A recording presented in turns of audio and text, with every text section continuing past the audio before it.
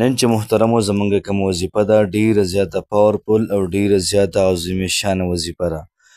محترم مسلمانانو خویندو ورونو، د نن وظیفې چې کوم فواید دي هغه داسې دي چې الله پاک به ستاسو تمام مشکلات ختم کړي. الله پاک به تاسو له رزق به انتها درکړي او دغه رنګې الله پاک به ستاسو قرضې دا به ختم کړي. څومره مشکلات دي دا به الله پاک ختم کړي، څومره پریشانۍ دي ختم به کړي، څومره ستاسو حاجات دي دا پوره کړي، څومره په تاسو قرضې دي الله پاک به قرضې ختم کړي او دغه رنګې پرسکونه بهترینه زندگی دا به تاسو له الله پاک دا درکړي. یاد ساتئ محترم مسلمانانو خویندو ورونو، یوه ډیره زیاته ناشنا او ډیره زیاته عجیبه قصه به کېده د رزق حوالې سره چې رزق موږ ته ولې کم میلاویږي، چاته پیسې ډیرې میلاویږي، چاته لږې میلاویږي او دغه رنګې د چا حاجت زر پوره کیږي، د چا حاجت زر نه پوره کیږي. انشاءالله العزیز د دې حوالې سره د موسی علیه السلام یو واقع تاسو واورئ نو ستاسو ایمان به تازه شي او بیا به تاسو ته پته ولګي د غوښتلو طریقه څنګه ده، الله پاک څنګه خلکو ته ورکول کوي.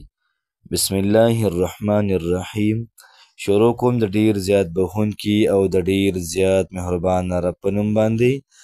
زه ګواهي ورکوم د دې خبرې چې د الله پاک نه علاوه د عبادت لایق بل څوک نشته او نبی کریم صلی الله علیه و آله وسلم د الله پاک بنده او د الله پاک رسول دی.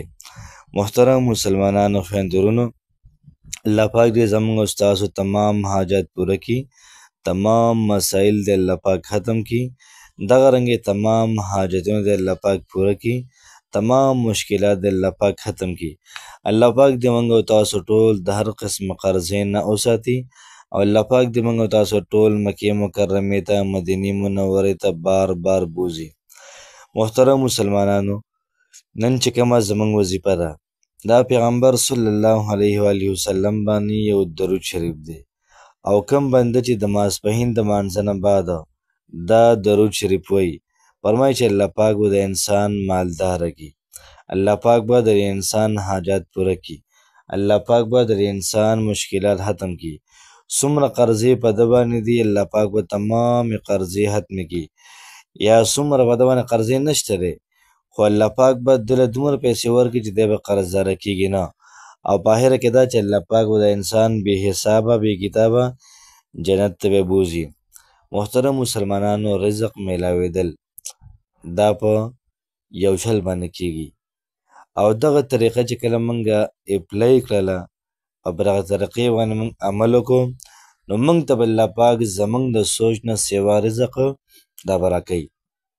موږ محنت سوا کوو رزق الله پاک کم راکوي. ولې راکوي؟ راځئ د موسی علیه السلام له دور یو قصه واورئ، ستاسو ایمان دا به تازه شي.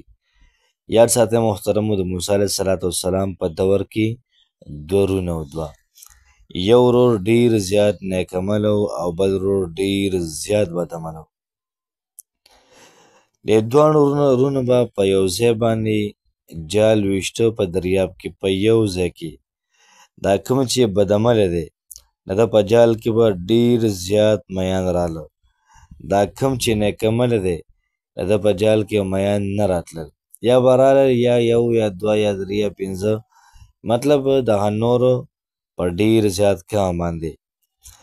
دا نیک سړی به راتلو په مخه موسی علیه السلام ته به شکایت کوي چې د الله رسوله زه بندګیم کوم، زه ذکرم کوم، زه نوافلم کوم او ته د الله پیغمبر یې، زه ستا فالم راځم، زما دا بل ورور نه لمونځ کوي نه ذکر کوي نه تلاوت کوي او نه ستا خواله راځي، بیا هم الله پاک ما له رزق نه راکوي او دې بل ورور له څه هم ډېر رزق ورکوي. دا ولې؟ موسی علیه السلام ته یې ویلې. موسی علیه السلام ته جواب ورنه کړو. خو لنډه خبر دا چې دغه کم نیک عمله سړی و دی به بار بار راتلو موسی علیه السلام ته به وایي چې الله پاک ته ووایه که نه دا ولې، الله پاک ته ووایه که نه دا ولې، دا ولې زه هر څه کوم، مونځ کوم، ذکر کوم او ستا تابعداري کوم بیا هم ماته رزق نه میلاویږي او دا بل ورور مې تابعداري نه کوي، مونځ نه کوي، تلاوت نه کوي، بیا ماته میلاویږي. الله پاک ته خامخا ووایه. د موسی علیه السلام یو ځل تلو کوهي تور ته، دغه سړی ورته ورکې ولاړو او موسی علیه السلام ته ویلې نن به سره ځم کوهي تور ته، الله پاک ته به خامخا زما دا خبره کې. موسی علیه السلام یې ټیک ده سړی په زورور شو. لاړې موسی علیه السلام الله پاک ته ویې چې پروردګار یو ناشنا غوندې مسله کې ګیر یم، یو ناشنا واقعه ده. الله پاک ته ویې څنګه ناشنا ده؟ ورته پته وه الله پاک ته واسه موسی علیه السلام نه تپوس کړو چې دی څه وایي. نو موسی علیه السلام ورته ویل زما په امت کې یو دوه ورونه دي، یو په قسم ډېر نیکعمله دی هغه ته رزق نه ورکوي دا ولي، او یو په قسم ډېر بدعمله دی هغه ته رزق ورکوي دا ولي. نو الله پاک وایي جواب در کوم، جواب نه مخکې پر دواړو ورونو باندې یو امتحان وکړه تا ته پته ولګي چې کوم سړی لاسونه په اوبو کې دی. موسی علیه السلام څنګه راکوز شو د کوهي تور نه، موسی علیه السلام څنګه راکوز شو د کوهي تور نه، دغه نیکعمله سړی ورته لاندې ولاړ دی. نو موسی علیه السلام ته یې ورمنډې کړې ورته وایي څنګه الله پاک ته دې ووایي که نه څه درته ویلې؟ یار الله پاک خو جواب را نه کړو.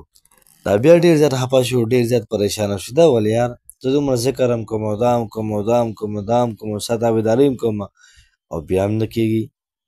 خو موسی علیه السلام ورته وفرمیل چې الله پاک یو تپوس کړی دی او په لار راتلم یو ناشنا غوندې څیز مې ولیده. وایي څه دې ولیدل؟ وایي دا مې ولیدل چې د ستنې په سوره کې اوه هغه طرف ته الله پاک دا وردننه کړو او خیته بوتو. دا نیک سړی موسی علیه السلام ته وایي چې تاله پته شته ته پیغمبر یې، تاله الله پاک عقل درکړی، دا ګډې وډې خبرې مه کوه، دغه خوا دې خبرې دا مه کوه، چېرته ستنې سورې او چېرته اوهه دا به تللی شي. نو موسی علیه السلام ته مخکې د خبرو اجازت نه و خو بس لاړه ایسته. دغه بل چې کوم ګناهګار ورور یو هغه خواله ورغلی چې کله هغه پته ولګېدل چې د الله پیغمبر موسی علیه السلام زمونږ کور ته دا را روان دی او زمونږ کور ته راځي، د خوشحالۍ نه په جامو کې نه ځایېدو. چې کله موسی علیه السلام ورنږدې شو دی ورته وایي چې زه دومره ګناهګار یم، زه داسې یم، خطاکار یم، داسې یم داسې یم. دا راته ووایه چې ته زموږ کور ته رالې دا خو زما لپاره ډېره زیاته لویه د سعادت خبره ده. دومره ګناهګار سړی یم او د الله پیغمبر زما کور ته راغلی. خبرې به وروسته کوو خو د هغې نه مخکې تعالی زه د خوراک څښاک غم کوم، د خوراک غم یې وکړو، د څښاک غم یې وکړو، ښکلې ښکلې خبرې ورسره وکړئ. خو چې کله موسی علیه السلام راتلو نو موسی علیه السلام ورته وویل که نن مې ناشنا کار دا کوهي تور باندې ولیده، یا مطلب الله پاک راته وښودو چې الله پاک د ستنې په سوره کې اوښ درنه کړی دی او هغه طرف ته دا ته لاړه، دا قصه مې ولیدله. نو دغه ګناهګار بنده وایي چې اوښ څه شی دی؟ که الله پاک وغواړي د پوره دنیا د ستنې په سوره کې هغه طرف ته دا وباسلی شي، اوښ پکې څه شی دی؟ کریم موسی علیه السلام واپس راغلی. الله پاک موسی علیه السلام ته وایي چې موسی ورې کتل دا یو چې کله جال غورځوي نو ده په خپل عبادت باندې ناز کوي چې زه مونځ کوم او دا کوم او دا کوم دا کوم، نو د هغې مطابق به له مونږه میان ورکړل، د هغې مطابق به له مونږ رزق ورکړو، ځکه چې ته به مونځ وکړو هغه مونږ باندې مثباتو په تا به مثباتو کله به جال وارتو بیا یې مثباتو، زه نیک سړی یم، نو د هغې مطابق به له مونږه څیز ورکړو. او دا بل چې کوم ګناهګار دی د ده پته زه ګناهګار یم، زه داسې یم خطاکار یم، زما جال کې ورسره راځي که نه، خو بس صرف په الله پاک باندې مې توکل وکړو، په الله پاک باندې مې توکل وکړو، یاره په الله پاک باندې بس توکل دی انشاءالله چې کېږي به خیر له به ځي. و چې ما باندې یو سړی توکل وکړي او دی جال وارتی نو موږ له شرم بیا راځي چې موږ له جال دا ډک نه کړو.